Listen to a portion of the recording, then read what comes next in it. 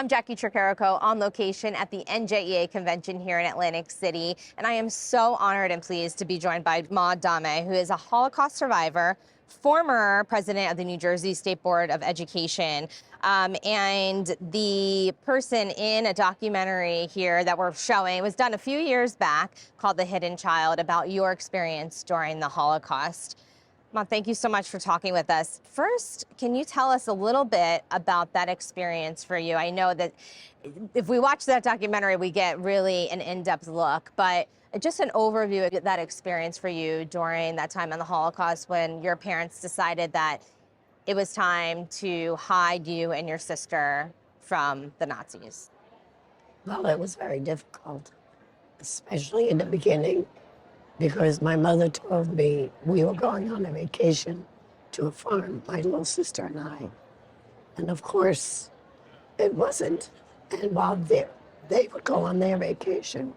So the next 3 years were very difficult because I was only 6.5 years old. 6.5, so 3 years from 6.5 to 9.5, living this completely different life.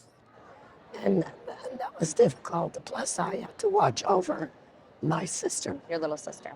So it got to the point after the war, whenever I told her to do something, she goes, no more. Because I was... She knew that you were always the one telling her what to do. But it was very difficult, though she never understood.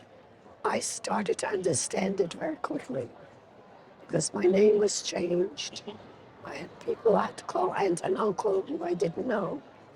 So that was, for a 6.5-year-old. Yeah, 3 years of being hidden and living with that fear during that time. I mean, bombs going off around you all the time. Just a horrible, horrible situation.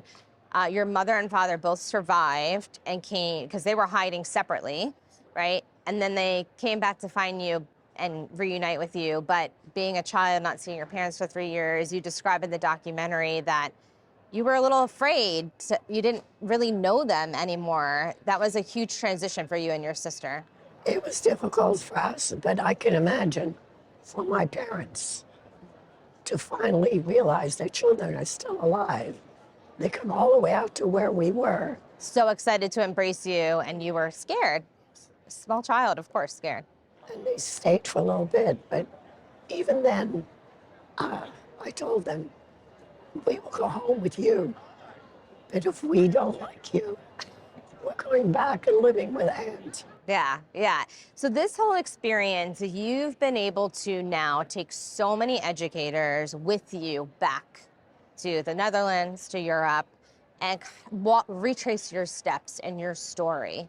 Just this past summer, you went with Steve Beatty, the vice president of the NJA, and 28 other educators to do that. What is that experience like for you? It was very difficult the first time because suddenly I was faced with some things I had heard about but I'd never seen. But now I've been doing it. Sometimes I'm in Europe 2 or 3 times a year. But it's still difficult because I know what I'm going to see. But it's still difficult on it. Or sometimes one of the local guides will say something that would just hit me. I start to cry. So it's not easy to do. An emotional journey every time. An emotional journey every time. An emotional journey too, I think, for you is for so many years you didn't talk about your story, but then you started opening up about it and you saw how impactful it could be to so many to hear from you. And you've been traveling all over New Jersey and the United States sharing your story. How does that make you feel? Obviously, like we said, an emotional roller coaster, but overall, why has that become such an important part of who you are and the legacy you want to leave behind? Well, to me, it's so important, especially the way the world is today, because genocides have not stopped. And I feel especially to our students, if I can tell my story, I'm not graphic at all, but still tell my story of the war, but also the emphasis is positive of how people cared. and risk their lives. Right, there was humanity within the inhumanity. To really instill in them the respect. And I've seen one example was a school teacher had the students write thank you. The first paragraph they had to write thanking Mrs. Dahme. Second paragraph, how are you going to use it? And the little boy wrote, he said, I have a new baby brother. I don't like him, but I'm going to be very nice to him as the big brother. So, even in that child's mind, I reached him. The impact you can have on children is so different than the impact you can have on adults, where we're already desensitized to so much, and there's so much that we're exposed to on a daily basis, especially right now in our world. Another war breaking out and anti-Semitism on the rise again here in our country, but across the world. The impact of your story more now than ever before, do you feel? Definitely. Very, very important. Because it's as I said, the genocide continues. And I'm trying to tell the world how people cared. Didn't matter that I was Jewish, they were Christians. They saved us. And we need more of that. We need more of that today more than ever. Thank you so much, even with your hoarse voice, for talking to us today and sharing some of your story. No, and I'm so glad that people have the opportunity here with this new film festival that they've created as part of the convention to view your documentary and learn more about your story. Thank you so much, Maud. My main, I am just so pleased with the teachers. It's life-changing, and they're doing wonderful things in my classroom. Our educators are unsung heroes, and you're part of that education system now, too, especially here in New Jersey. Thank you so much, Maud.